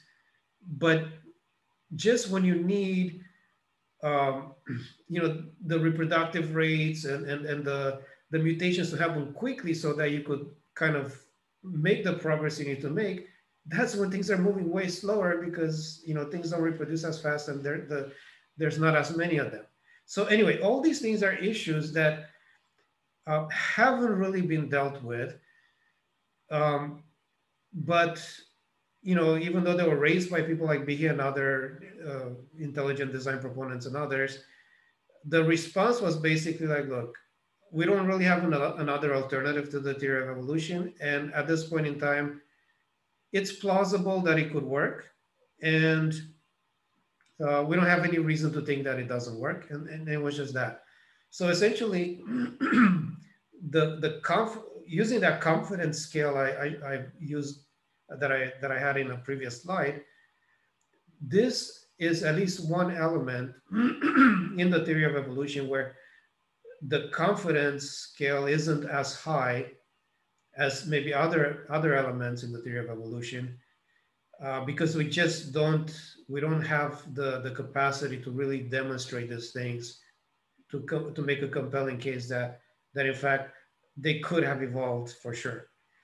And even if somebody says, well, for the eye, when we can prove that the eye evolved, I would say something like the human brain and the fact that we have consciousness and self-awareness. We don't even know how these things work. You know, maybe in another 50 or 100 years, when somebody creates a computer that becomes self-aware, that has consciousness, that becomes human-like in its thinking and all this stuff, once we understand what consciousness is, because remember, you know, for the Christians out there, scientists are not dualists. They don't think consciousness is coming from the soul. They think consciousness is coming from the brain. And that whole thing evolved, okay? So we would first need to come up with some kind of computer that is capable of doing what the human brain is doing before we can make claims that these things definitely evolved. I mean, if we don't even understand how it works, how do we know for sure that it evolved? How can we be that confident that this thing evolved? And that there's some kind of pathway, some kind of genetic pathway that brings us for certain to this point in time where the brain is able to produce consciousness. Well, we don't even know how consciousness actually works. So the point is that the level of confidence we have in some of this stuff is still is not where a lot of people claim it is. Let me see if I have anything else I want to make, any other point I want to make here. Yeah, so we want to create self-aware computers. We would have to do that before claiming that we can prove there's a genetic pathway that takes us there. Anyway, it's a point I've already made. I made it ahead of my slide. All right, so what is the point of all this? Am I saying science is bad? No. Is this an argument against evolution? No. At this point in time, science is the best tool we have for studying the world, to studying the universe around us. You know, if some intelligent design creationist people come up with a better tool, great. But until then, science is what we have, and we need to use it and stick with it and take it seriously. But the point is that I think we can have a higher degree of tentativity to recognize that the degree of certainty in some of the claims scientists make are not, the degree of certainty is not at as high a level as people make it out to be. There needs to be a little more epistemic humility because, again, we don't actually know if we live in a naturalistic reality, or if there's been supernatural interference that brought us here. We don't even know if we're in the primary or secondary reality, if we use the computer simulation analogy. And the methodology we use, the scientific methodology, is always kind of skewing us towards the natural option, just because of the whole scientific reasoning process. We're always um, we're always looking for natural solutions. If we cannot find them, we still assume we're gonna find them in the future, and we're always ignoring the supernatural side of things, and this creates a bias, right? Okay, so the first solution, the first thing I'm proposing is that we're more honest about the degree of certainty we have regarding some of these things. Another solution, I don't know if this can work or not, but maybe there's a way to introduce alternative hypotheses. Now, a lot of scientists get concerned when this idea comes up, because they're afraid of philosophy and religion interfering with science. You know, when people have all these beliefs and then they try to come up with ways to prove them scientifically, it actually creates problem for science. But I would say that science has been around long enough and is well established enough that it might, I don't think it needs to worry as much about this as it used to need to worry about it back a few decades in the past and so on. So I think it could be that we're at a time where, at a time in history where science is well enough established that we can look for ways to consider alternative hypotheses. And what do I mean by that? Okay, so if we allow for these two possibilities, the naturalistic paradigm and the second paradigm where God exists and God somehow contributed to the creation of this universe, even if it's just at the beginning of it or at some point along the way. We don't have a way to test supernatural hypotheses, but maybe there's some situations where we can actually convert those supernatural hypotheses to natural hypotheses and then test it that way. So as an example of this, and I don't know, I can't think of how exactly this would work, and I don't have the science background to even explain it any further than this, but regarding evolution. Okay, so let's think about, let's look at another analogy. We're making sufficient progress as we're going about in our scientific development, that maybe within another 10, 20, 30 years, you know, we're going to send people out in space traveling at a fairly high speeds. And let's just assume that as they're traveling through space, they come across some other planet, and this planet has life on it, but it's not advanced life. Like maybe it has microbes, maybe it has some primitive plants and things like that, right? Now let's imagine that the people traveling through space and they land on this planet. Let's just say there's some bioengineers on board, and they start to fidget with the genetic makeup of these organisms, and they introduce some genetic changes. And then when they leave, over time, these organisms start developing, and they evolve into something far more advanced. But it's as a result of those genetic changes introduced by these bioengineers. And let's say that over time, this organism has evolved intelligent life, and with time they understand the scientific method, and they have their scientists, and they study their own past. How would they go about figuring out that at some point, millions of years in the past, some intelligent individuals came in and fidgeted with their genetic makeup, and that made their evolution possible? I don't know how they would discover that, how they would be able to tell that that's the case. But then how can we, how do we know that that didn't happen to this planet? Maybe at some point in the past, somebody fidgeted with our whole genetic makeup, and how would we even know that that's the case? Anyway, if it's possible to take that as a hypothesis, to consider that and to study it, that could be a hypothesis where you take the idea of divine interference and you convert it to something natural that can actually be tested scientifically somehow. I don't know exactly how it could be done, but if it's possible, then it could be a way for us to look for alternative ways of studying the world, um, that can consider this possibility of the supernatural. So anyway, so that's a way to do it. I don't know if it works or not, but I'm just putting it out there because um, essentially, like, if as long as you look at things from a supernatural perspective, I don't see any way to study them and to come up with hypotheses or anything like that, because there's no way to understand the supernatural and to make predictions off of the supernatural.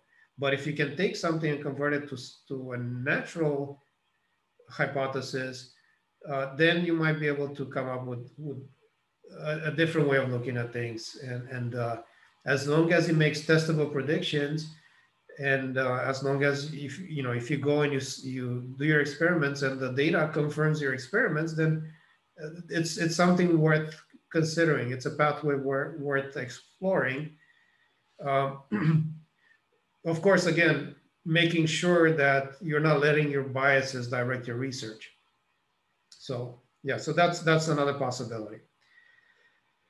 Overall, there's a lot of work that I think still needs to be done in the realm of the philosophy of science, because it just doesn't seem like people are really looking at this discrepancy between what we can actually know about reality and the assumptions we're making when we're doing our science.